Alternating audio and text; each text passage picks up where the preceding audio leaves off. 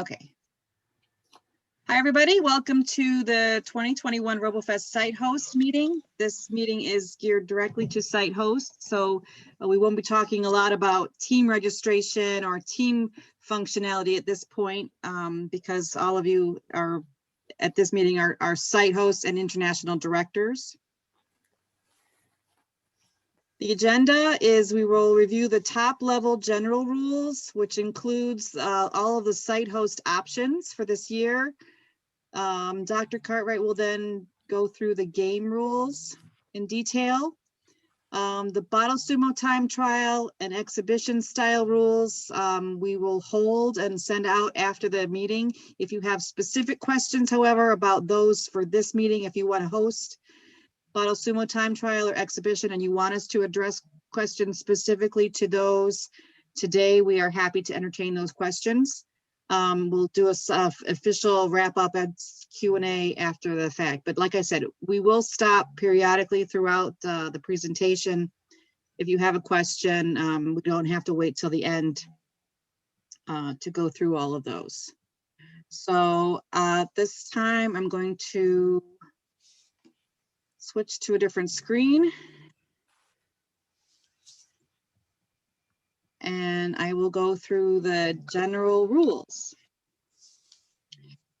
This presentation will be loaded to the, this slide presentation will be loaded to the 2021 main page on February 6th. So we will take the liberty to add and make changes to this presentation. I will, however, send out the PDF of this presentation, or I'm sorry, the PowerPoint of this presentation. We've had some requests because of translation requirements. So I will send this out to all the site hosts with the follow-up from this meeting. So everybody has a copy of this presentation. It may change the official one on February 6th. So I'm trying to find my mouse. Here we go. Our mission has never changed. It has been to generate excitement and interest among young people for science, technology, engineering, and mathematics, as well as arts and computer science. We also hope to develop soft skills such as teamwork, leadership, creativity, communication, and problem solving. And we also hope to prepare students to excel in higher education and technological careers. The features of Robofest, our robotics competitions are 100% autonomous. The robots require sensors. We host challenging events with dynamic playing fields, unknown factors, and no direct adult help allowed. Any robotics kit can be used, any system and any programming language for most events. They are affordable. The teams can reuse old kits. Our registration fees are changing this year. We'll go through that in a moment. We are still hosting our pre and post assessments. We are hosting qualifying competitions and the World Championship this year. And the age divisions are the same, 5th through 8th for junior, 9th through 12th for senior. And we host a variety of competition categories for more opportunities in STEAM learning. This year, we're hosting an annual robotics competition for 2021. We're hosting game style events as qualifiers, which includes game and bottle sumo time trial. We're also hosting qualifiers for exhibition style events, which includes exhibition, robo arts, and robo med. We do have one open game style event that does not require qualification to advance, and that's the Unknown Mission Challenge. International sites hosts may offer additional categories at their events as well. Our tentative schedule for this year, February 6th, as I mentioned, the final rules will be published. We will be opening team registration. We will have a pre-registration site, as well as any sites that have submitted site host applications. We will also provide the site host application and letter of agreement forms at that time. We're working very hard to get those as accurate as possible. January through March, we're hosting our technical workshops via Zoom. February through July, we'll have our round 1 qualifiers. Those will be hosted by international and US site hosts, as well as the Robofest office in a variety of formats. May through July, we will host round 2, which is a second chance for teams to qualify. Those will be online qualifiers hosted by the Robofest office. And then August through October, we will be hosting the Robofest Online World Championship events. At this time, we're committing to hosting online championships. If we are somehow in the next 6 weeks allowed to host events in person in August, we will make that change, but we really want to focus our efforts right now on the qualifiers and the Online World Championship. We know that travel will be a challenge even throughout the rest of this year, as well as visa requests and things. So if we commit to an Online World Championship, I think there will be a lot less confusion and a lot more opportunities for international teams to compete for this year. New this year, this is a list of the available competition formats for 2021. We're hosting online qualifiers, and these are synchronized competitions where multiple teams compete through an online platform at one time. The game style events, all the teams start the work time and the rounds at the same time. And for exhibition styles, we go through a list of the teams provide their presentations one at a time with judging Q&A, but everyone is online at the same time. Those events will be hosted by US site hosts for their local teams. I know Florida is planning to host local sites. We are also allowing any site in Michigan that wants to host an online event for their teams to do so, or if they want to open it up to any team. The international site hosts will be hosting for their local teams. And then we will also be hosting for all US and international teams in non-member countries, the round 1 and round 2 qualifiers.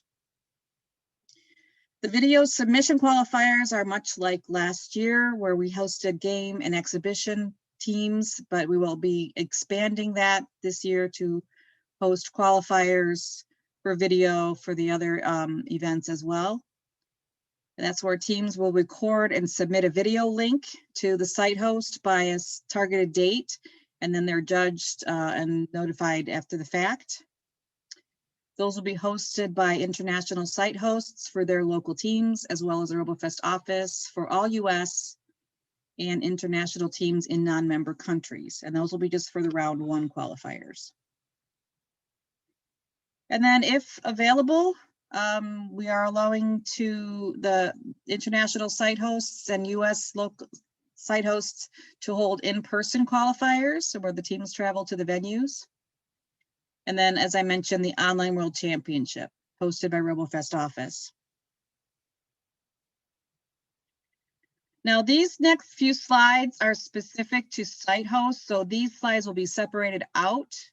When I send out the presentation, these will be removed from the final rules document because the rules are technically for teams and participants. So this next few site host slides are specific to deciding how to set up your site and what the registration requirements are for teams and how they will be participating. So for USA site hosts, you can host an in-person qualifier, and the teams will pay a $75 registration fee. And I'll provide more information about that in a moment. Or you can host an online qualifier where Robofest office at LTU will host and provide any production assistance you need for your teams, and that registration fee is $20.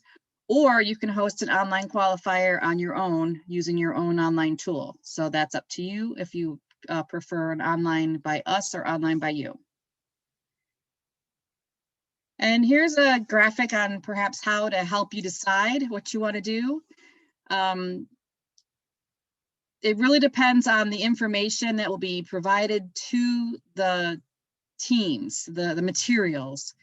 So for example, if you plan to host a Robofest online or in-person event, you choose, do you want to host it in person? If you do, then it'll be just like every other in-person event we've ever hosted. The registration fee is paid to Robofest, and the Robofest office will ship the competition materials to you. We're still trying to decide what about the trophies for the US teams, whether we're going to do like an international event or a local. We're still up in the air on that, so I won't give that away just yet. If you want us to host the event, the registration fee is a $20 to the team, and then Robofest will host the Zoom event. We will conduct the judge training and prepare the digital materials, including the score sheets and the program. For both online formats here, the coaches will procure their field materials and print their team signs for the competition. The coaches may print their certificates directly from their coach homepage, or they may purchase the certificates from the Robofest office, but they will be purchasing their participant medals and awarded trophies from the Robofest office after the event. So the reason the fee is less is that we will be basically having the materials available to the teams for sale to help us with our costs. If you wanted to host the event on your own, you would host it on your preferred platform. We would still prepare the competition, the digital materials, score sheets and program, and the coaches will procure the field materials and print certificates and then purchase the items after the fact. So that's the US. For the international sites, there's still the option to host in-person qualifiers where the registration fee is $75 per team, and that's collected by Robofest.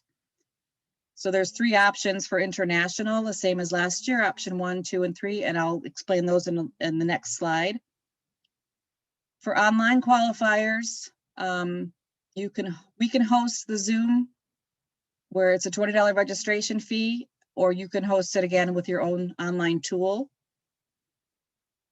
And then some international sites are also hosting a video submission qualifier. For those teams that we're collecting a $75 fee. All the materials will be shipped to the site host, with the exception of the trophies. And then the site host will then send out the materials to the teams after the event. So it's as if the teams are getting all the materials from the site as if it were in person. So again, for international sites, there's 3 options. So option 1 is basically full use of the registration management system, where the coaches and teams register and the participants register, the informed consent release, all the team signs are provided, the volunteer data is provided, and so you're using the registration, and then we are collecting the fee. And then for option 2, international site hosts can use the registration system, but they will provide and produce all of the materials for the teams from their end. So basically you choose if you want to use the system, and if you want us to collect the fee, or if you want or if you want yourselves to collect the fee. Please note that teams who do advance to the World Robofest Championship will be asked to pay a separate registration fee for that event, regardless of what you choose at this point. So any teams that advance, we will be collecting an additional $20 online fee for the Online World Championship. If we end up doing it in person, it goes up to $75. But again, it's how the materials are handled at the back end is what that fee is determining. So back to the general rules now for the teams, this is what they see. So depending on how you choose to set up your event is how the team pays their fee and receives their materials. So if it's an online qualifier, round one, hosted by a US site host, the team would pay $20, but then the team would order their competition materials from the Robofest office after the event. So going through here, there's the differences in who's hosting. This is for US. And then when I go to the next slide, this is for international. Qualifiers online, hosted by the international host. Now, this is all option one international fee schedule. So I stated here, some international sites hosts may have a different fee structure. So option two and option three, this doesn't apply to you. And then teams who advance the Robofest World Championship will pay a separate World Championship fee to the Robofest office. Okay, before we go on, does anyone have any questions on how these are structured this year for the online or video or in person? No questions? I see a couple in chat. Is there? No, nothing in the chat. Okay. You did a good job explaining. Okay. I think we had enough questions yesterday that I figured out how to get that information. So how the site hosts choose to provide the format to the teams will pay what they pay, and then they'll have to place the orders, and we'll have all the order information available hopefully by the end of or mid-February before we actually start into the events. Okay. So the categories this year, the game style categories are game and bottle sumo. This year's game is called Stack Rolls. The age divisions, junior and senior, maximum team size for game using any robot platform. And the unknown factors are partially unknown. The bottle sumo time trials, we have the junior, senior classic, and senior unlimited with a max team of 3. We have included the Spike Prime this year as an additional platform for junior and senior classic. Senior unlimited allows any platform, any language. For exhibition style, these are, again, all of these are now qualifiers: exhibition, Robo Arts, and Robo Med. So exhibition and Robo Arts, junior and senior, Robo Med, senior and college teams. Maximum team size for each of these is 5. This year, the only open category that we are hosting is the Unknown Mission Challenge. I do know that some international event directors want to host Unknown Mission Challenge, and we can work with you on that if that's something you want to do, but we are not requiring teams to qualify for UMC at the World Championship events at the end of this, in the fall. The 2 divisions are junior and senior. The team size is 3. Again, we've included Spike Prime on this platform. We've gotten a lot of questions about Vision-Centric Challenge.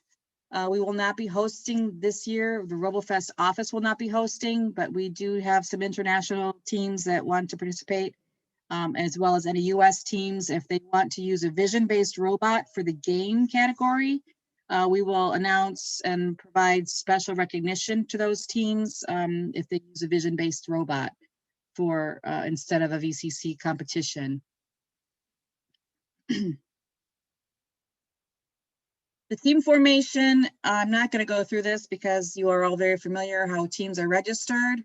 Hopefully, if you have any questions, you can email me or we can address them at the end. These really have not changed this year. The registration system, we've made some changes to allow for online versus a venue in person, but the registration process for the teams and coaches has not changed. Oh, this year, instead of the media release and authorization form, we are also asking if parents are not able to get those done online. In the past, we've said to turn them into the site host. They can be emailed directly. If someone turns one in or sends one to you as a site host, you can email it directly to us at the Robofest office.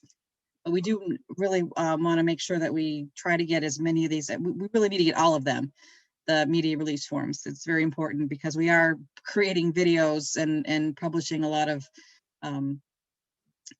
images of these students. We want to make sure that our legal foundation is good one. Teams can upload photos again this year and robots. And we will be closing registrations 10 days is the goal. Sometimes we go a little bit less than that, but really, if we're shipping any materials ahead of time, specifically for in-person, we really need that time to get all those materials printed and assembled in order to get them to the site host on time.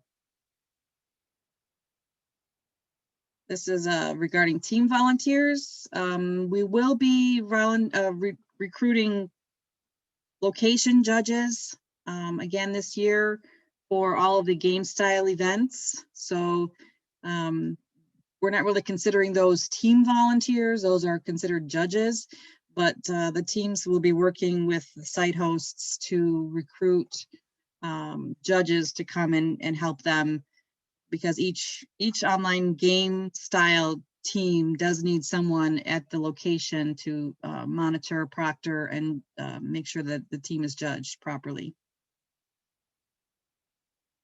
We are still providing assessments and surveys. When we send out the team confirmation, they will receive a link to the survey, and then we'll be following up at the end of this in April. We might need to change that. Receive post-assessment survey instructions. I'm not sure exactly what that timing looks like yet, but it'll be after the events, after most of the events are completed. Again, this is regarding team responsibilities. Since you're all site hosts, this is really the same. The main thing that we want to make sure that the teams, if they're not in person, that they are focused on, making sure that it's hard to proctor in online events, but we want to make sure that the teams are really focusing on the fact that the participants do the work. No adults are allowed to help them during the work time. And we will be, including those additional restrictions in any of the game style categories or exhibition category events. For video submission qualifier this year, we're allowing all qualifier categories to submit videos. International teams in non-member countries may register for the International Video Qualifier event that will be available for registration on the 6th of February. And then US teams can register for the US Video Qualifier if they cannot participate in online or don't want to participate in online or in person. The video submission deadline will be included on each event webpage, and that will be announced to the team. So we're still trying to decide what the timing looks like for all of these events. So really it depends on how many site hosts want to participate in online or in person before we finalize the Robofest office schedule. Video submission qualifier instructions for teams. We are hosting a warm-up competition on March 23rd. That might be incorrect. That might be the 13th. Anyway, in March, we'll announce this officially and we'll make sure that date is correct. I don't think that's right. Apologize for that. The main goal is to, first of all, for the Robofest staff to practice conducting the online event, as well as to create additional videos for the game judge training, which will be provided very shortly after the warm-up. I do have a few teams that have volunteered to participate in that. If you have a team that you would like to participate, just send me an email and we'll get those teams registered. Judging and prizes is a little different. You've heard me talking about the materials being shipped to teams or sites. So the detailed judging rules are outlined in each category, and every registered team will be eligible to receive a certificate or medal this year. And then the verbiage here is stating that 20% of the total number of teams for each division at each qualifying competition will be awarded a place award. Normally, we would just give them the trophy. If they were sitting in our field house, we would hand them the trophy. But in order to make sure that we do this properly and fairly, that the teams will be awarded a place award, and then they will either be purchasing the trophies from the Robofest office or receiving it from the site host. And that the site hosts, like I mentioned, the international site hosts are responsible to purchase the trophies locally, and then you will be reimbursed up to, I believe it's $10 per team registered to cover the cost of the trophy. So whatever that cost is, submit us the receipts, and then we will reimburse the site host a portion of the collected fees, a collected $75. So $65 comes to us, and then up to $10, you know, up to, we'll pay for the up to $10 per team to help with the cost of the trophies. So only teams that get a place award obviously will be able to order the trophy or receive a trophy. So how do teams advance? So all the place award winning teams, all the ones that are eligible to receive a trophy from each US qualifying competition, will automatically advance to the World Championship competition. And then other teams from qualifying competitions who would like a second chance to qualify can register to compete in one of our round 2 online qualifier events to be scheduled during May through July. So throughout the end of the summer through midsummer, we'll be hosting online qualifiers. So anybody who doesn't qualify, doesn't place in the US qualifiers, can try again. Teams must register with a new team number, and then it'll be an additional registration fee. They will be able to receive a participation certificate. And the total number of teams advancing from the round 2 qualifiers to the World Championship will be decided on the team score. So depending on the capacity, however many teams however many spaces we have in the World Championship, we'll look at the scores from the round 2 and notify teams and the date for that is yet to be determined. So pretty simply, anybody who wins a place award in the round 1 automatically advances to World, and then they'll participate in round 2 if they would like a second chance, and then we'll be hosting those. So round 2, depending on the number of teams slots available and the scores, and then if there's still space, we could potentially open it up to additional teams at this point, but we'll know more as we get closer.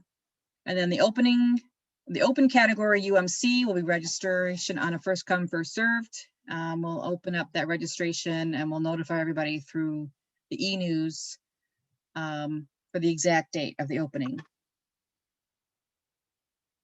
Okay, for international teams, game, exhibition, and open category teams in member countries will compete at those member countries qualifiers. The list of countries are available at robofest.net. If you could, all the international directors, do me a favor and double check that list to make sure it's still accurate. If there's any changes that need to be made, if you could let me know, I will make those changes. The qualified teams will be advanced to the World Championship through the site director. We'll receive a list, or if you're using the registration system, you will send us a list of those teams.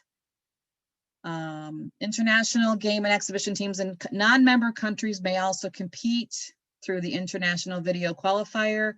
And if I'm not mistaken, we will also open up the online qualifiers to the international teams in non-member countries.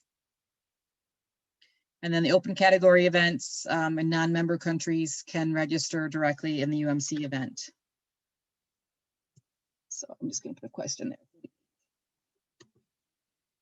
So pretty simply, the list of countries that are available participating will have qualifiers. Those teams will come to Robofest through their directors. International video qualifier for other countries. Those teams will compete, send us a video. And then any UMC teams that want to register, they would need to contact the Robofest office to head into the World Championship. So the top game and exhibition style teams from the US and international qualifiers advanced to compete in the World Championship.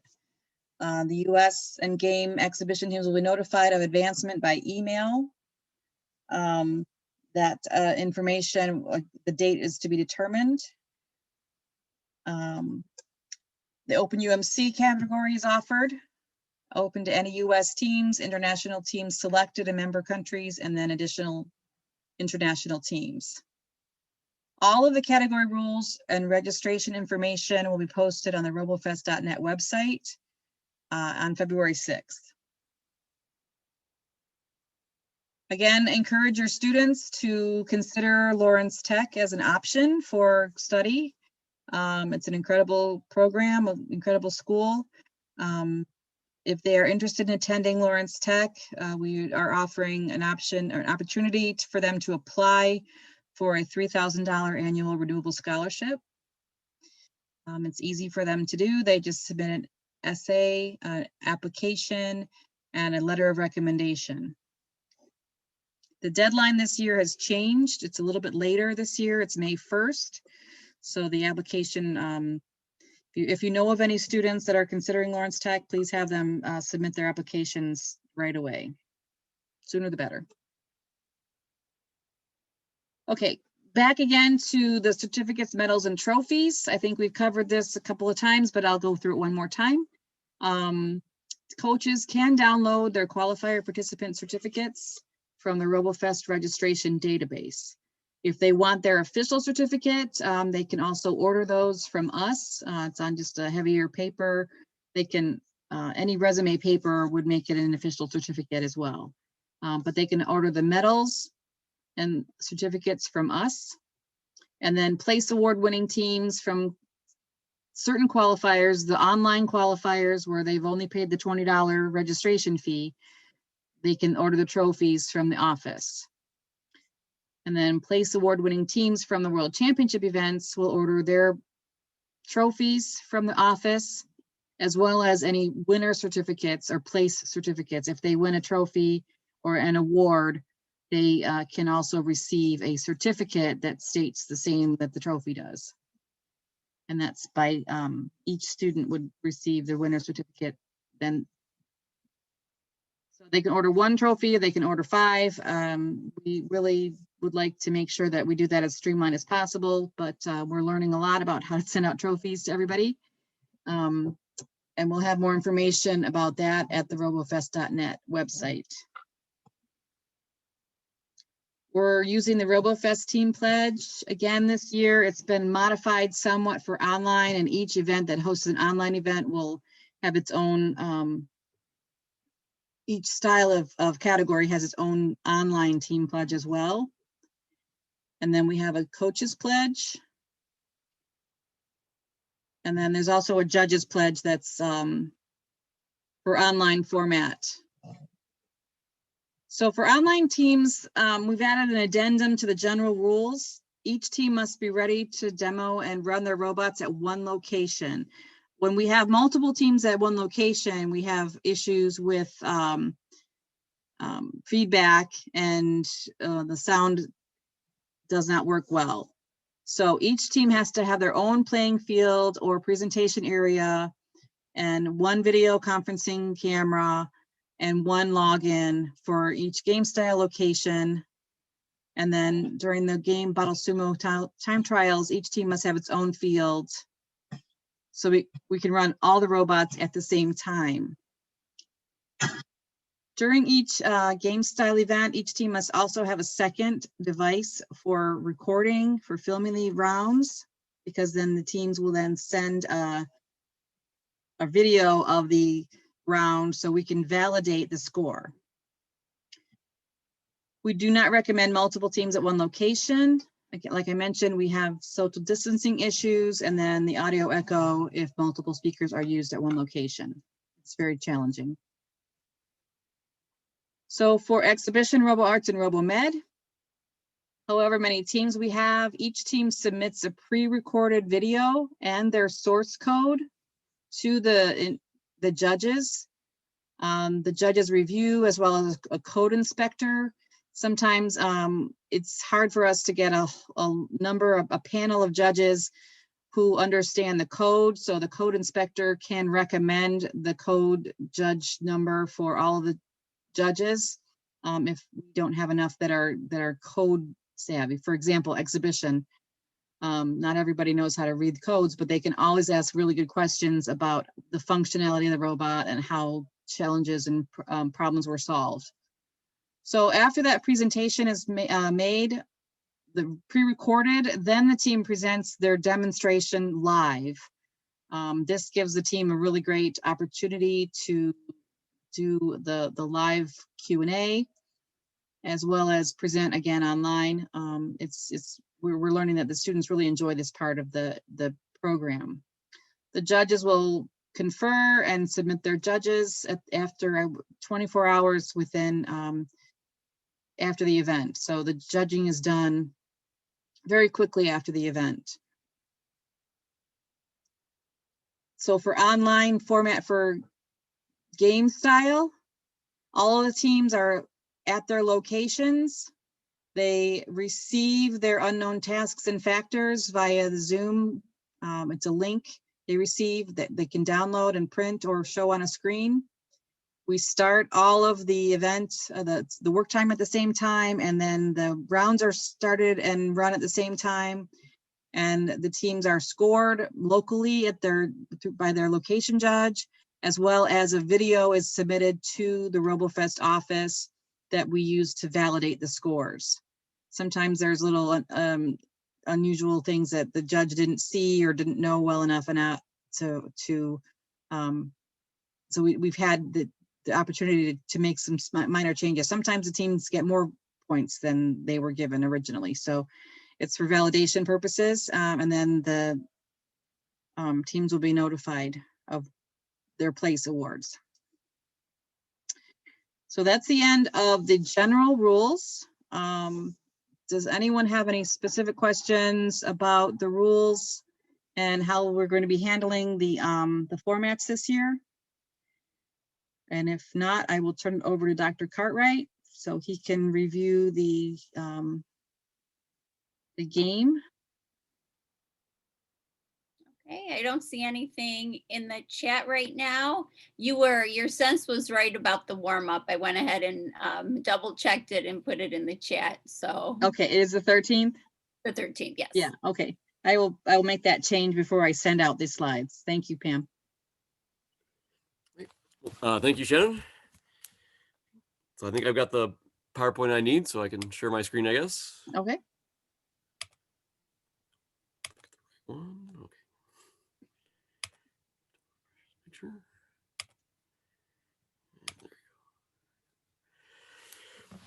Okay. And again, hopefully most of you pretty much already know, but at least I took over the directorship from CJ Chung just this January. But CJ is still very active in helping me out behind the scenes. So I'm sure you'll still see CJ around, even though he's officially retired as Robofest director, but he's still busy as a regular LTU faculty member now. I think he's probably as busy as ever. But okay, so mainly I'll try and emphasize any changes since the kickoff when these rules were announced. And so, of course, like pretty much almost everything from Robofest, you can find it on our website, robofest.net. And this is now probably a version 1.1 since we've made a few changes since the kickoff rules. So first, of course, just a brief overview of this year's game, right, called Stack Rolls. So there will be 5 rolls of toilet paper at various locations on the table. The robot needs to find those. Again, some of them are basically in fixed locations. Others will be unveiled basically before work time. And for instance, for senior teams, some of the locations of the toilet papers are completely unknown.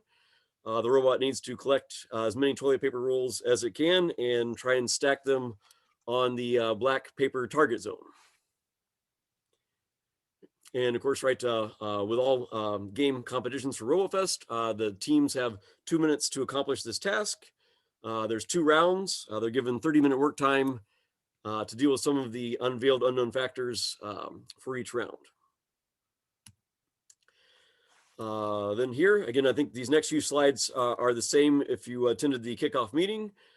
Basically, one of the main things that judges will be looking for in terms of awarding points is whether or not the toilet paper rolls are completely inside the target zone, or if they're only partially in. And again, whether the toilet paper roll was moved or unmoved. And it is okay, actually, if the robots do sort of rotate the toilet paper. That basically doesn't, that's just fine. And we have, I guess, several slides about sample scoring things. So of course, this will be one of the main things that we go over during our judge training on the March 13th warm-up. And again, I won't say too much about these now, although if you do have questions about it, we can go back and look at these later. In terms of stacking in general, it's going to be the toilet paper on the base of the stack that's going to control at least the maximum number of points. And in general, the higher the stack, the more points that the teams will earn. Then we have a demo video. And actually, do you have a different one, Shannon? Because I may not have. Yep. Stop my share for momentarily. Okay.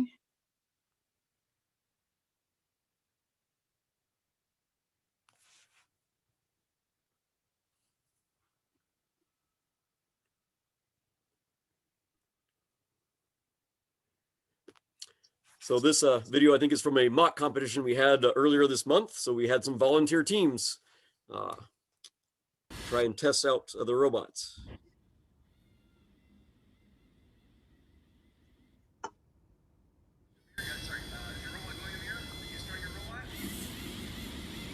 And I think this team is actually one of our student assistants. Daniel Oliver was the team member, his robot. But we also had some high school students and middle school students volunteer. So we've got lots of videos that we're posting online.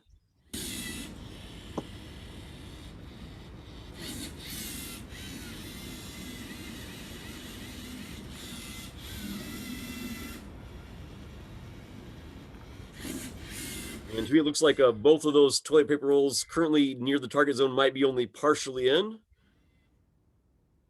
Let's see what the robot does with these. Looks like it might try and stack these next 2 rolls and hopefully then move them toward the target zone.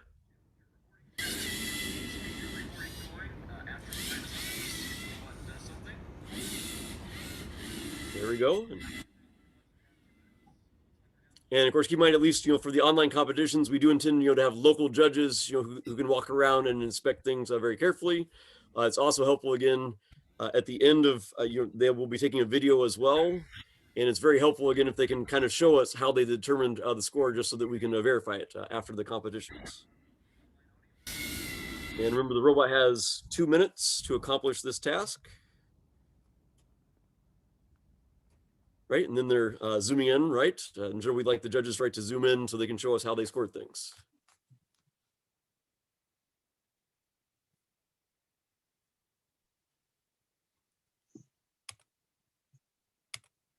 Go back to my PowerPoint. Okay. Main differences between junior and senior divisions. Typically, again, actually, both divisions do have a game-ending task. Typically, that task will be slightly harder for the senior division. Junior division is 5th through 8th grades, senior division 9th through 12th grades. For the junior division, 3 of the toilet paper rolls are basically always in the same location. And then the toilet paper rolls number 4 and 5, those locations are unveiled before the work time. So the teams have basically 30 minutes to deal with those unveiled factors. For the senior division, only 2 of the rolls are in fixed locations. The other 3 rolls, numbers 3 through 5, are completely unknown for the senior competition. And judges, again, will only set those for the seniors after the 30-minute work time. The target zone, again, is that black paper. Again, that's always in the same location. Number of toilet paper rolls is always 5 for both junior and senior division. Another major difference between divisions is junior is only allowed 1 onboard controller. Seniors can use more than 1. And the final major difference is vision sensors are not allowed for the junior division, but a vision sensor is allowed for the senior division. For the playing field setup, again, this diagram basically gives pretty much all the major dimensions that are either fixed or unveiled. And this chart, I think here is, oops, sorry, I went too far. This is the basic setup. And again, I think this just kind of illustrates stuff that we did on the previous slide. One, I guess, information for site host. For instance, you'll need something to mark the locations of the toilet paper. We recommend whole reinforcement stickers, but realize those may not be easily available everywhere. So for instance, in the past, sometimes we just use like masking tape to mark basically the center of the toilet paper rolls. And I saw was there something that popped up in the chat, or I was answering a question. We'll get to that later. Just let me know if there's something I need to respond Yep. to. Right. Then the next slide again goes over the basic materials. Again, if it's an online competition, all the teams should be getting these materials ready to compete in game. So each team will need a 6-foot plastic folding table. Again, if you have an in-person competition, of course, generally you'll have maybe several of these. If you have, and multiple teams might need to share the competition tables if it's in person. But we're expecting the majority of sites to be online this year. Of course, the floor color under tables should be noticeably darker than the surface of the tables. The other major material that teams will need to locate are toilet paper rolls. Again, Scott 1000 is just a sample suggested brand. And we actually did invite some feedback from several different countries. Actually, we got some feedback from Michigan teams, as well as Mexico and Canada. And we've got a comparison chart. And so one major difference from the originally first draft rules is that we've slightly expanded the allowable height, outer diameter, and weight of the toilet paper rules. Because basically, especially in Canada and Mexico, it was not easy to find, Scott 1000 tissue or tissue that met our original standards. So hopefully I'll pull up a comparison chart here showing the data that we've received so far. And again, we definitely recommend, especially for international site hosts, you might want to check and see what type of toilet paper is available easily in your region. And please let us know if for some reason, main thing right now is there's just a few types of toilet paper that's slightly too heavy, and we don't want to go too heavy. But at least of the samples that we've gotten so far, we have amended the dimensions so that the height, diameter are all within range of the samples that we achieved. We definitely want to make sure though that the toilet paper is not too heavy or too light. And there we go, at least at the top of this document, it shows again the current range and the proposed change. And I believe we are planning on posting this document, I think, online. And in general, of course, any documents that site hosts need, we'll make sure that we provide those documents to you.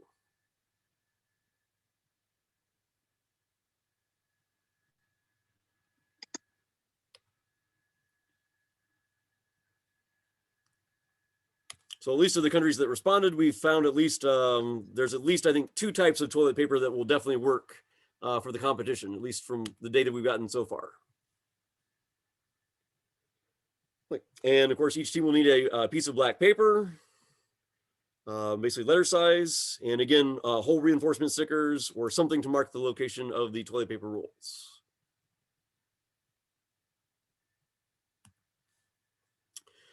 One of the main things that judges, of course, will need to do during the round is look for violations or possibly reset the table. Again, we'll go over all this type of information during judge training. And most of the scoring, though, for judging is actually done, after the 2 minutes. And here's the procedure for playing the 2 rounds. This, I think, basically is pretty much the same procedure as prior years. And I think this is all, I think, also the same in the currently draft rules. Don't think there's any changes on this slide either.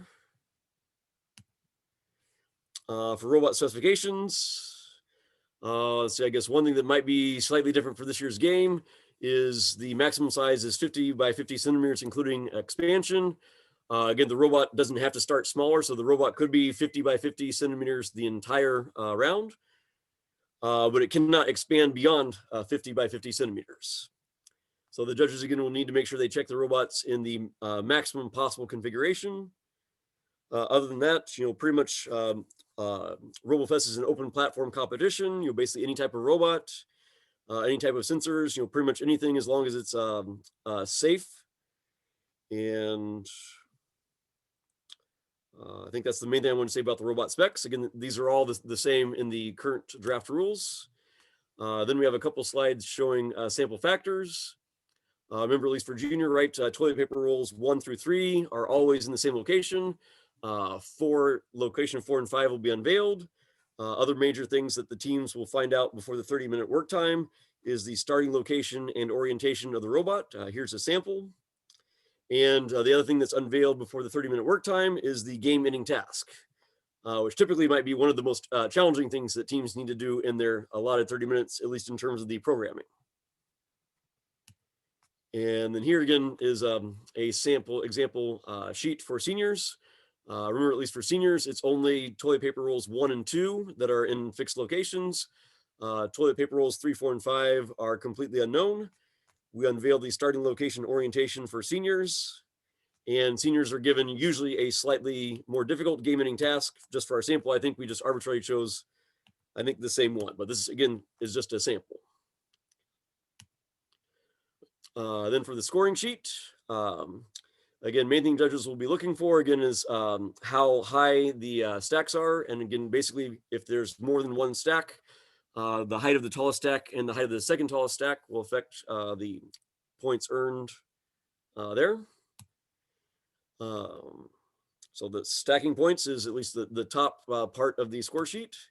Then judges will also be looking again for location points. Again, basically whether or not the toilet paper rolls are completely inside the target zone, partially inside, or for instance, if the toilet paper rolls have at least moved from the original location, if they're not in the target zone. The robot should remain intact, and this year there's only a maximum of 1 full reset allowed. If teams have more than 1 violation, or at least at the second violation, the game round ends. And judges also need to check and see if the game ending task is achieved.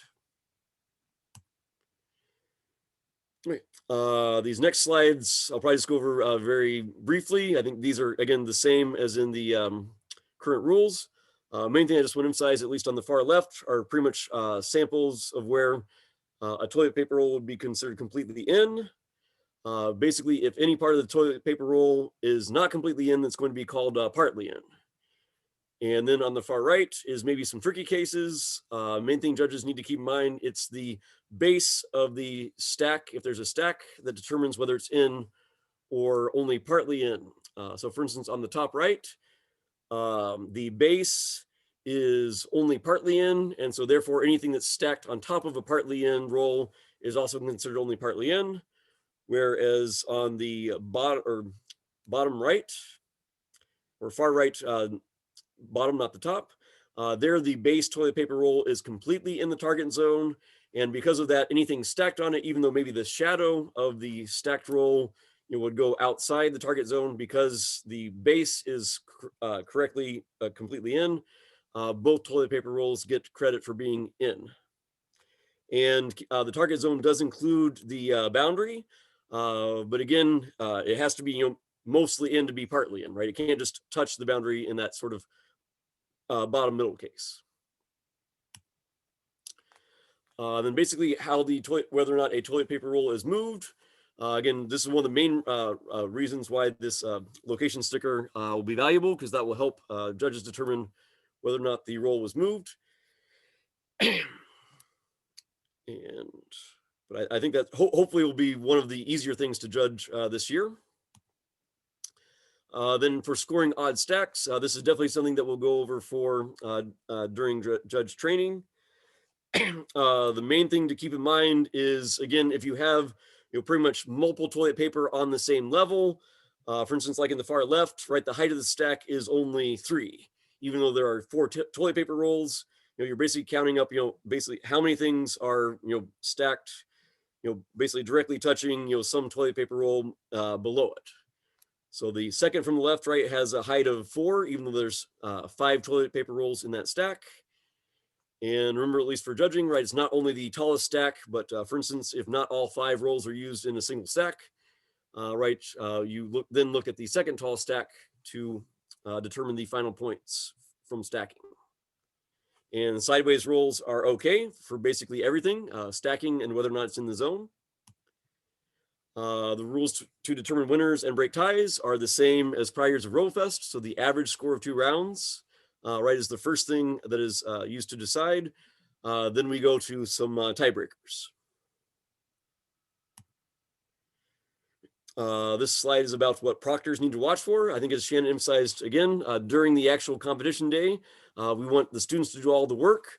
So again, they should not be receiving assistance from parents or coaches or any other non-team members. And of course, if things are online with a single team, hopefully it's going to be much easier to proctor these events.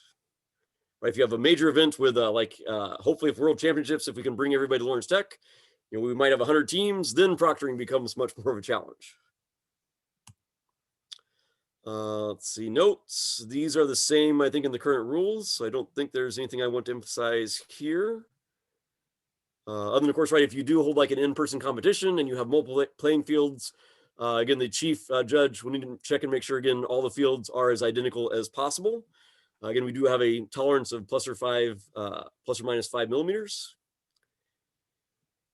And pretty much, again, right, anything that you need, if it's, in terms of documents, some of them, again, you can print out, are from the robofest.net website. Then for online competition, let's see, the main thing, of course, that will be different is they do need to have not only a device that's connected to Zoom, they also need to have a camera set up to video record their run. And again, for our international teams, we definitely, again, will try and accommodate translators where possible. That's especially, of course, important for World Championships. We know several international countries do plan on translating our official rules, which is, I think, going to be very helpful. Then for the online competition format, I think Shannon showed this slide, I think, in the general rules. But again, basically each team, actually, I think it's pretty much, this is sort of reiterated on the next page. Again, we ask that each team, kind of set up the playing fields and their team tables in a similar orientation so that the camera will kind of all provide the same view, which will make it easier when we try and verify the scores.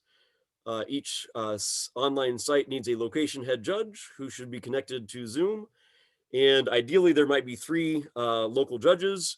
You can get by with 2 judges. We recommend probably at least 2, but 3 is probably even better. You definitely do need at least 1 device connected to Zoom and a second device for video recording. And then for site host, again, ideally, we want the location judges to be someone that's completely independent from the team. Obviously, in a pandemic situation, that may not be possible. But basically, in general, for instance, like Robofest is basically the national director for USA teams. Of course, international sites, right, will have their own national director, and basically they should work with teams again just to make sure that the judge, is fair and unbiased. And the online training, I think, is very important to make sure that there's accurate scoring done. Okay, here's the roles of location judges. This, again, I think is the same as what we have posted online. And I think Shannon has mentioned this. before. So I don't think there's anything new that I want to emphasize here.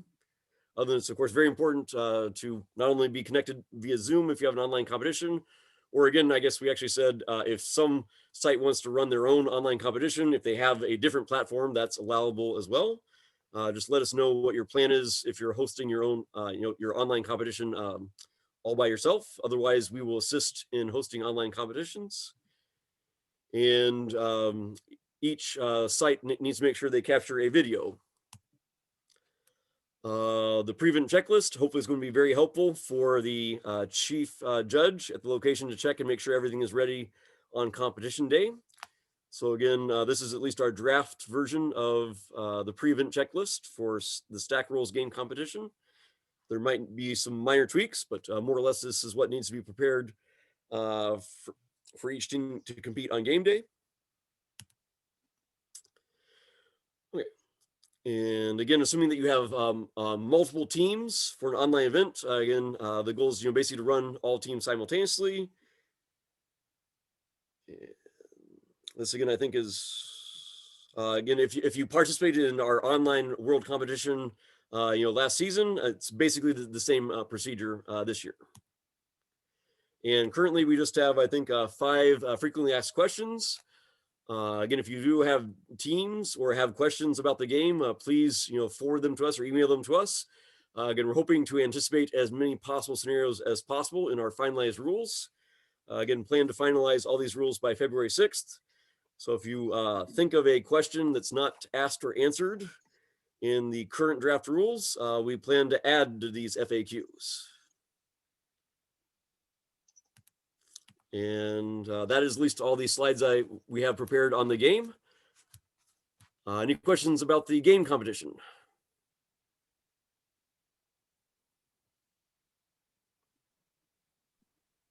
There was a question in the chat from Adam Okay.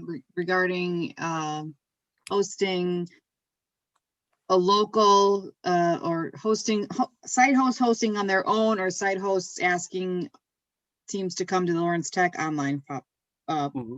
What's the advantage, I guess? Some site hosts like to host their own teams.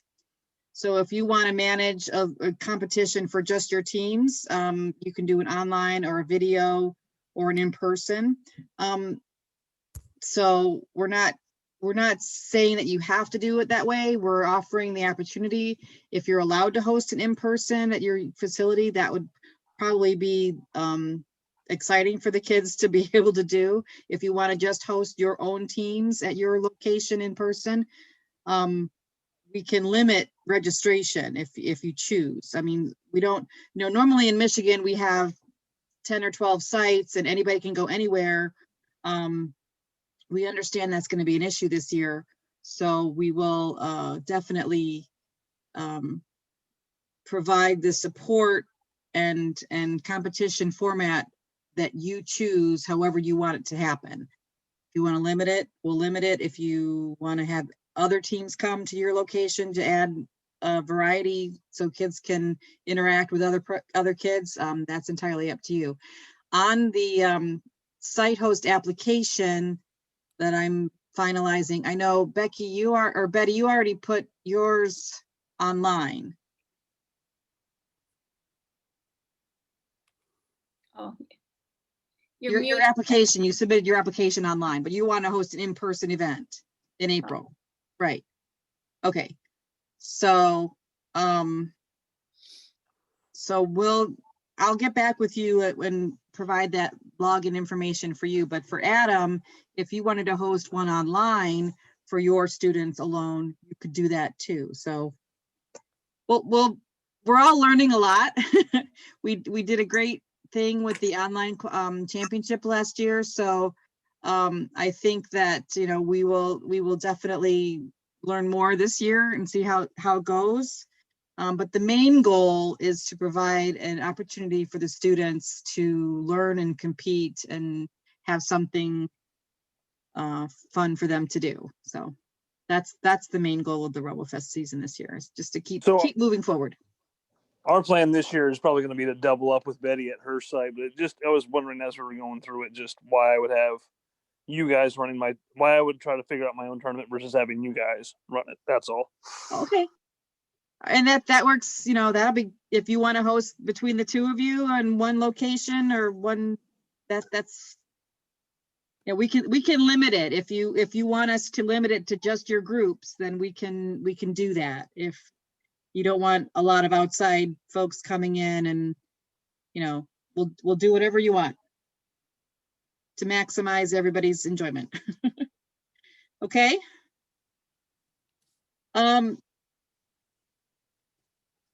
Jackie and Justin, I know you had said something about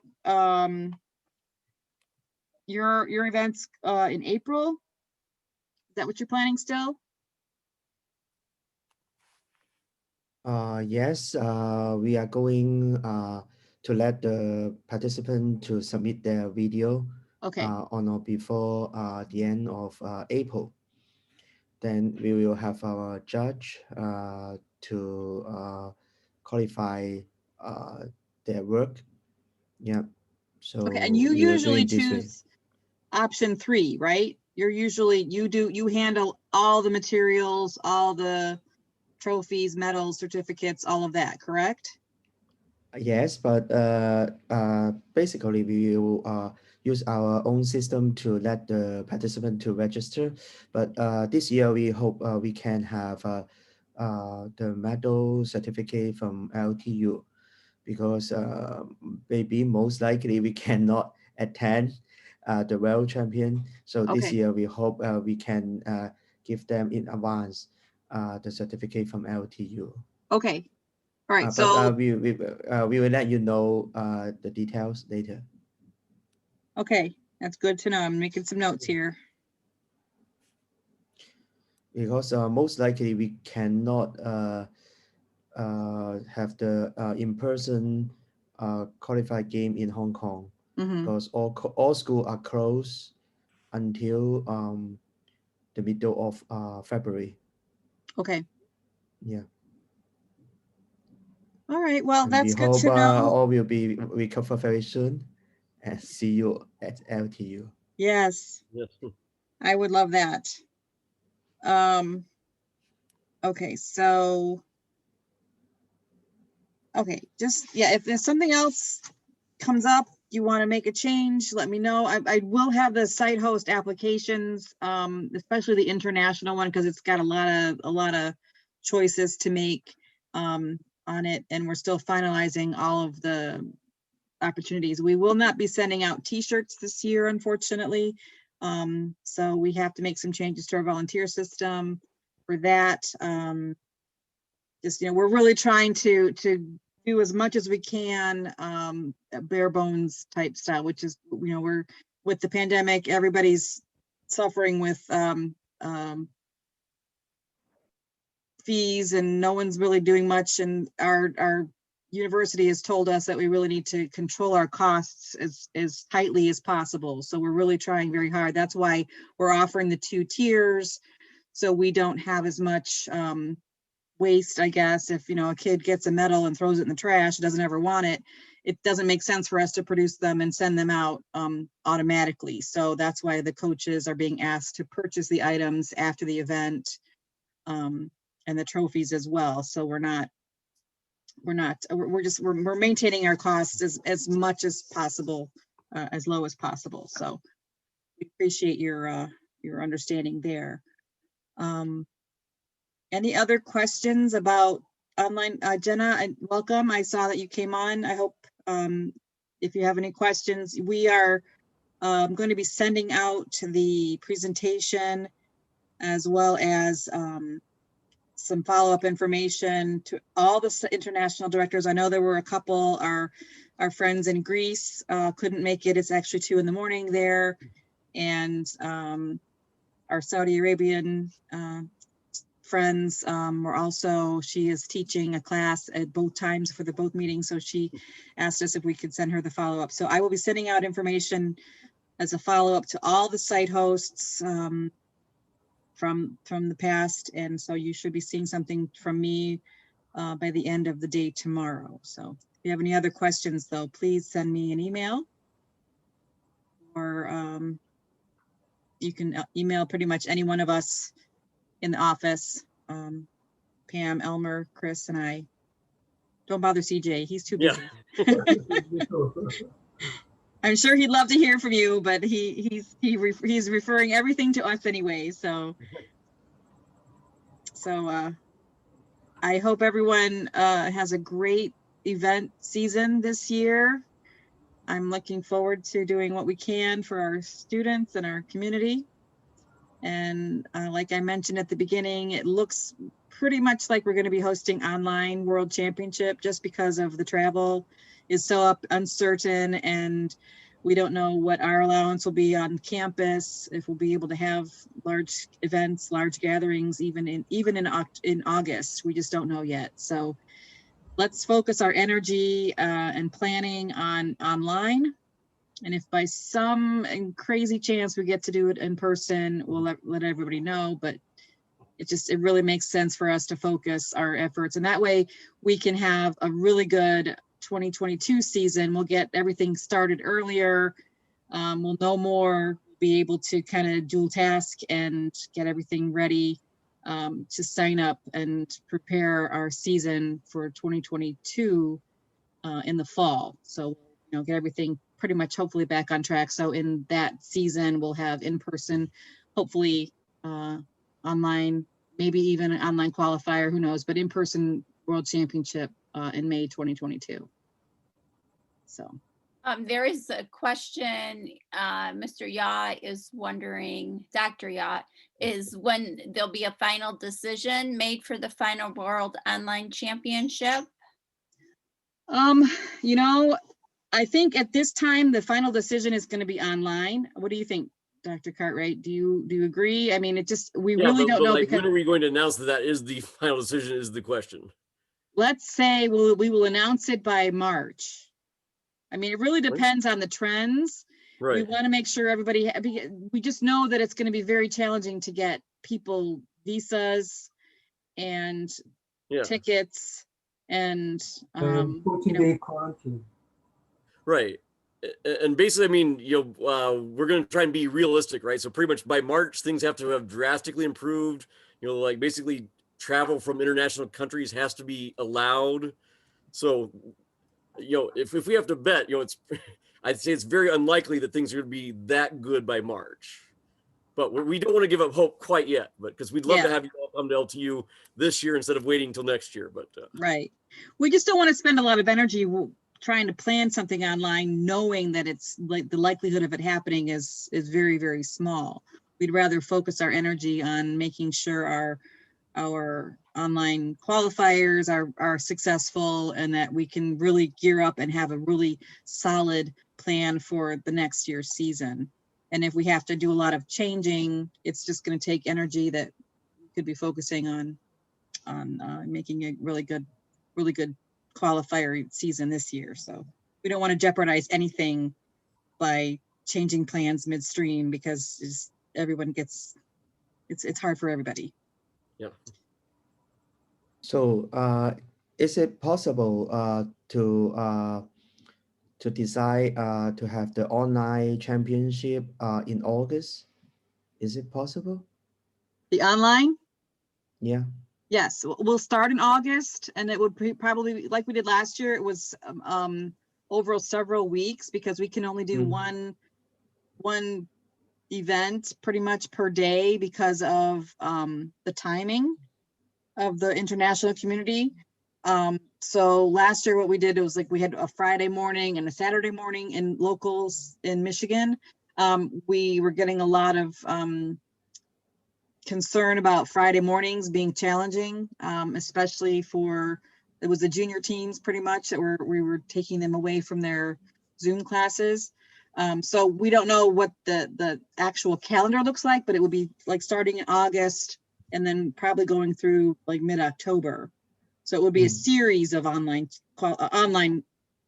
World Championship events, not one like in 3 days like we do on campus. Yeah, I understand this, and because we have experience last year, so we know that there will be several weeks that we will have the competitions. Yeah. But the question is that if we can hold it in the maybe the beginning of the August is better, because you know, at the in September is the beginning of the new semester. Mhm. So maybe some student will promote to from primary to the high school. So it's a Yeah. little bit difficult for the coach to arrange the teams to compete online. So that's why I asked this question. Yeah, and we might, because we have better experience, last year we started with what we thought were the easier events and worked our way back and ended up with game. Maybe this year we start with the most popular events at the beginning. We just don't know yet what that looks like. We need to sit down as a team and strategize, you know, based on the comments we received and how it worked well, and knowing that, you know, some team dynamics will be different in the fall from what they are in the spring. You know, that was the biggest challenge. I think some of the kids were gone already. So, but yeah, we So will. if we can have the date of the competition to be announced earlier, is much better for the teams to prepare. Mhm. Yeah. Right. Yeah. We don't want to wait too long, but again, knowing that we can only do one event per day, it's hard for us to, you know, to have, because we just have, this is a staff. We have a few other volunteer and judges. So it's important for us to make sure that we are covered with our judges and that we have a good production quality for our events. So, but I do appreciate you, you know, saying that, you know, the earlier the better, but it's just, we want to make sure that we get everybody covered. And so I understand. So the schedule will it be announced earlier? I mean, the online, maybe we start in August. So can we announce the detailed schedule maybe in April or Yes, May? we will be working on a schedule probably because we want to schedule our second chance round 2 qualifiers. And I can't guarantee that it'll be by February 6th, but I'm hopeful that by the end of February, we have our round 2, round 1, and then World Championship calendar available specifically. Okay. So teams can prepare. Yeah, perfect. Thank you. I know, Canada, you're doing yours in March, right? Yep. Okay. So I know we're getting some good good feedback. March, April, I think Mexico's got June on their calendar. So, you know, it's a good lots of time, but yet we will definitely work on our schedule soon. That's like next on our, once we get all the rules done and published, the calendar is like next on our high list of priorities. Hi, Jackie, I have a question for you. Do you plan to combine both Hong Kong and Macau together or separately? Since we are doing the video submission for the students, so we will combine. We will let them to do it together, but we will send out different prizes for Hong Kong and Macau separately. Okay.